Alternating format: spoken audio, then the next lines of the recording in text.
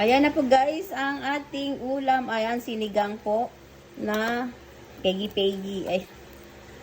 Ayan po guys, ang dami natin nilagay na sili. Ayan, may nilagay po tayong kangkong. Kangkong is galing sa ating tanim.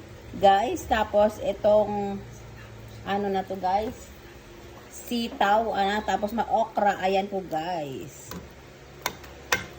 Ayan po guys, ready to serve na po tong ating ulam. Ayan. Ayan po ang ating ulam guys. Yummy, yummy. Sinigang. Ayan po talaga guys. Kain na po tayo guys. Ayan.